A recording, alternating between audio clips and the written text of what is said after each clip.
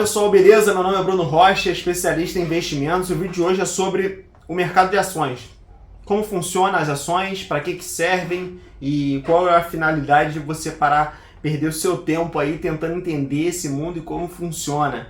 Tá? Você deve ouvir muitas vezes aí em rádio, televisão aí, o índice Bovespa subiu 1% no dia tal, caiu 2% ontem, por causa disso, daquilo, e você não sabe nem o que é o índice Bovespa, para que ele serve.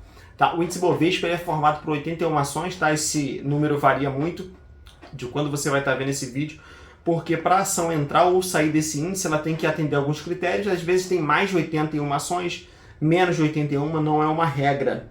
Tá? Ela tem que ter negociabilidade, volume de negociações ali também. Ela tem que ter alguns parâmetros mínimos para entrar no Ibovespa, tá? Alguns índices de mercado que ela tem que seguir, algumas apresentações que ela tem que fazer para que ela entre no índice, então não é tão simples assim nem todas as ações, tá? Hoje no mercado brasileiro tem mais de 400 ações, então na média 80 entram no índice, tem que ter um certo tamanho, negociabilidade, então não é tão simples assim. Beleza, eu entendi o que acontece, mas só que eu não entendo nem o que é ação, tá? A ação é o menor pedaço de uma empresa, tá? De uma empresa listada, tá? Nem toda empresa tem ações, tá? Tem empresas que têm participações, é outro nicho, mas a gente está falando aqui das ações negociadas em bolsa, tá? Então elas são separadas ali como se fosse um tijolinho, vamos dizer que a empresa fosse um prédio, e cada tijolinho daquele ali, a menor parte da empresa, são as ações. Quer dizer que uma ação que custa R$1, ela é mais cara ou tá mais...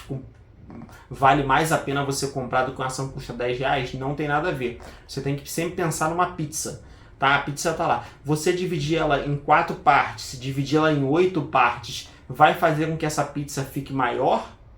Não, ela continua do mesmo tamanho. Só que agora cada partezinha dela tem um tamanho diferente. Quando ela é 4 partes, cada parte valia R$10, uma pizza de R$40. Aí dividiu por 8, cada parte vale 5. Mas a pizza continua valendo os R$40. Então você vê uma ação de R$1, não quer dizer que é uma barganha, que é algo que tá muito barato. Se fosse assim, qualquer um seria analista de ações, não precisaria ter curso, faculdade, pós-graduação, um monte de certificados que você pode tirar para analisar ações, beleza? As ações elas são divididas basicamente em ON, PN e Units, tá? As ON são as que dão direito a voto em assembleia. Nem todo mundo pode votar, porque você ter 10 ações da Petrobras não vai fazer diferença nenhuma, tá? No seu voto de uma empresa tão gigante. Mas você pode, na teoria você pode, a menos que o contrato diga que tem que ter no mínimo X ações para ir lá votar, mas a princípio ações ON, direito a voto, terminam com 3, PTR4, PTR3, então esse 3 é das ações ON. Vamos falar das PN, né, que são as ações do final 4, que são as ações preferenciais. É a mesma empresa, às vezes dividida em 2 partes. A 3 fica normalmente com os controladores da empresa, a 4 com as pessoas físicas que querem receber dividendo. Normalmente as 4 elas ficam ali, elas ganham 10% a mais de dividendo, em alguns casos, não é regra, tá? Mas elas sempre ganham um pouquinho a mais, elas têm preferência, tá? Nada mais é do que preferência. Se tiver que pagar dividendo primeiro, paga primeiro para 4, depois para 3. E algumas ações elas colocam preço diferente, como é o Bradesco, do Bradesco 3, Bradesco 4, a 4 paga 10% a mais de dividendo. Então, para mim, que sou pessoa física, vale sempre a pena comprar 4 e não a 3? Não, porque se a 3 tiver 20% mais barato, pagando 10% a menos de dividendo, é melhor comprar a 3. Você concorda comigo? Então, assim, tudo isso tem que ser levado em conta, mas a diferença clássica é essa, uma dá direito a voto, a outra é a preferência nos dividendos. E as Unis, o que são? São as com final 11. TAE 11, Taesa 11. É uma cesta com 3, 4, 5, depende como a empresa fixou isso. Formada de 3 ações ON e 2 PN, ou 3 PN e 2 ON. Tem uma regra para isso que a empresa mesmo pode estipular, não é algo amarrado. Só para que se faz isso então? É para dar maior negociabilidade. Tem ações que são pouco negociadas, com o ticker de baixo, ela custa R$3, R$4, eles fazem uma unit ali valendo 20, para ter uma negociabilidade maior, para grandes investidores, pessoas do estrangeiro entrar e sair da ação com maior facilidade. Beleza, você entendeu isso? Como é que funciona, como é que uma empresa coloca ações na bolsa, tá? Basicamente ela faz um IPO, né, uma oferta pública inicial, por 2 motivos. principalmente 2 motivos, mas tem outros, mas vamos para os principais. O dono da empresa, ele tem um supermercado valendo 100 milhões. Só que ele vê um outro mercado que ele pode comprar ali do lado, ou pode montar do lado, que ele vai ter um excelente lucro, só que ele não tem dinheiro hoje. Mas ele tem 100% das ações da empresa, ele é o dono, o único dono. Ele vende 50% para você no mercado, tá? No mercado primário, que quando o dono vende para você é mercado primário. Quando eu vendo para você já na negociabilidade da bolsa, quando a ação já foi listada, já está ali rolando, é mercado secundário. Aí ele vende 50%, pega esses 50 milhões, compra outro mercado, num nicho muito melhor às vezes, e agora ele é 50% dono de 2 mercados ao invés de ser 100% dono de um. Tá, mas ele viu alguma vantagem em fazer isso ali, ele viu um novo nicho, ele pode crescer, em vez de comprar um, ele pode comprar 3, 4, 5, com aqueles seus 50 milhões ali no preço de aquisição. Ou ele faz isso, ou ele quer se desfazer realmente, ele não quer mais a empresa, ele acha que ele já deu para ele bota as ações em bolsa, deixa na mão dos acionistas e vai para a praia tomar sorvete. Não é o normal, né, que o dono ele sempre tem aquele apego emocional, principalmente para suas empresas. É difícil ver o dono saindo 100%, ele sempre deixa uma parte ali para a família ou como herança, mas normalmente é assim que acontece. Quais são as chances de você ganhar ou perder dinheiro com ações? Tá? A primordial. Você compra por 10, vendeu por 9,50, perdeu 50 centavos. Comprou por 10, vendeu por 11, ganhou R$1. É simples assim? É comprar baixo e vender alto? É simples, mas não é fácil de fazer. Então você compra por um valor, vende por um valor mais caro, você obtém lucro. Tá? Se esse lucro passar dos R$20 mil, no mês você paga 15% de imposto de renda. Tá? Se você obtiver prejuízo no mês anterior, eu tive prejuízo de 10 mil, agora eu vendi até 20 mil, mas somando o prejuízo do mês passado eu não obtive lucro, eu tive prejuízo na operação somando os 2 meses. Você pode compensar os seus prejuízos anteriores com seus lucros atuais, colocando no imposto de renda lá, só declarando que teve prejuízo no mês tal, referente a tal, bem detalhadinho você consegue compensar prejuízo para pagar menos imposto de renda. Passando dos 20 mil você paga. Tem a diferença entre o day trade e o swing trade, né? O day trade é aquele que você compra e vende no mesmo pregão, ou vende e compra, também é day trade, tem pouca gente que sabe disso. Comprou por 10, vendeu por 11, dentro do mesmo pregão, segunda-feira 10 horas da manhã você comprou por 10, meio-dia você vendeu por 11, 4 horas da tarde você vendeu por 11, é day trade. Então você tem que pagar 20% até o final do último dia do mês seguinte, você tem que pagar 20% ali. Comprou hoje, na segunda, vendeu na terça-feira, swing trade, tá? Passou do mês, não é no mesmo pregão, é swing trade, 20%, 15% de imposto de renda. Se passar dos 20 mil nesse caso, final do mês seguinte você paga. No day trade não. O day trade não tem essa isenção de 20 mil reais, tá?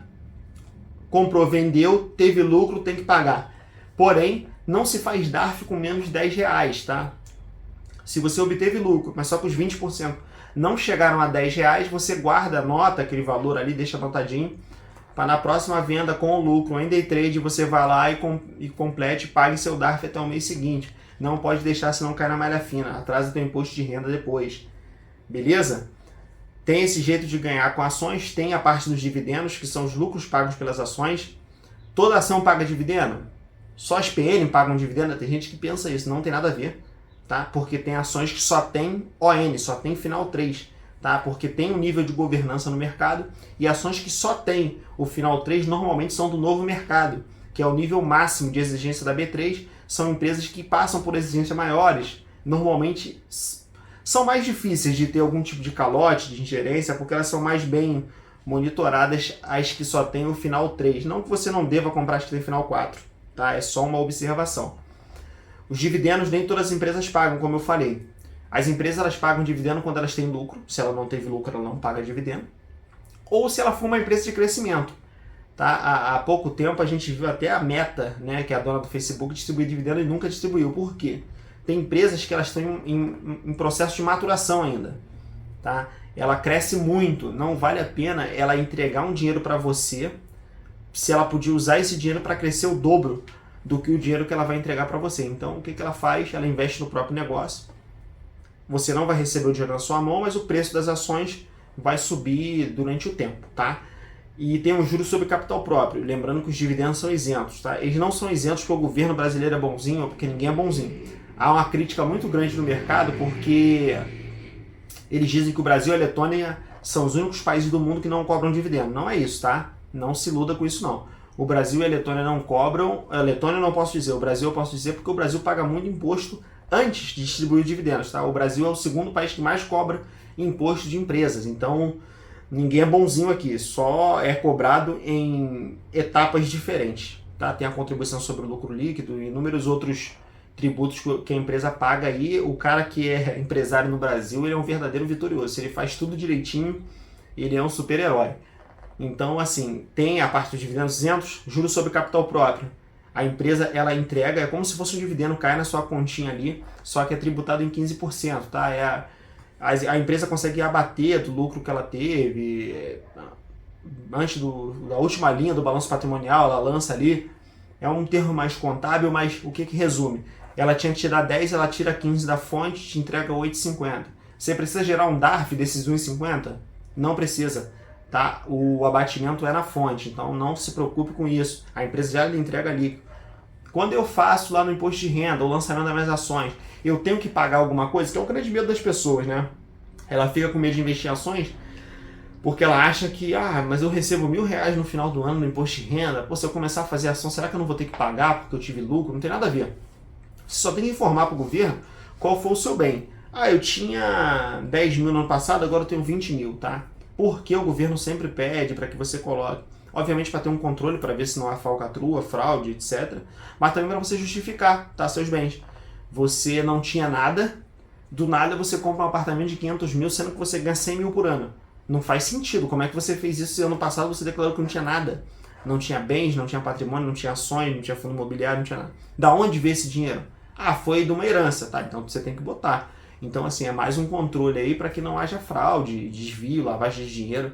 É só colocar lá, não vai te cobrar nada a mais ou deixar de cobrar, tá? O day trade é 20%, como eu te falei, sendo que 1% é descontado na fonte e 19% você paga no DAR. A gente fala 20%, mas tem essa diferença, tá? Que pouca gente menciona. É o chamado dedo duro, né? Esses 1% é o dedo duro.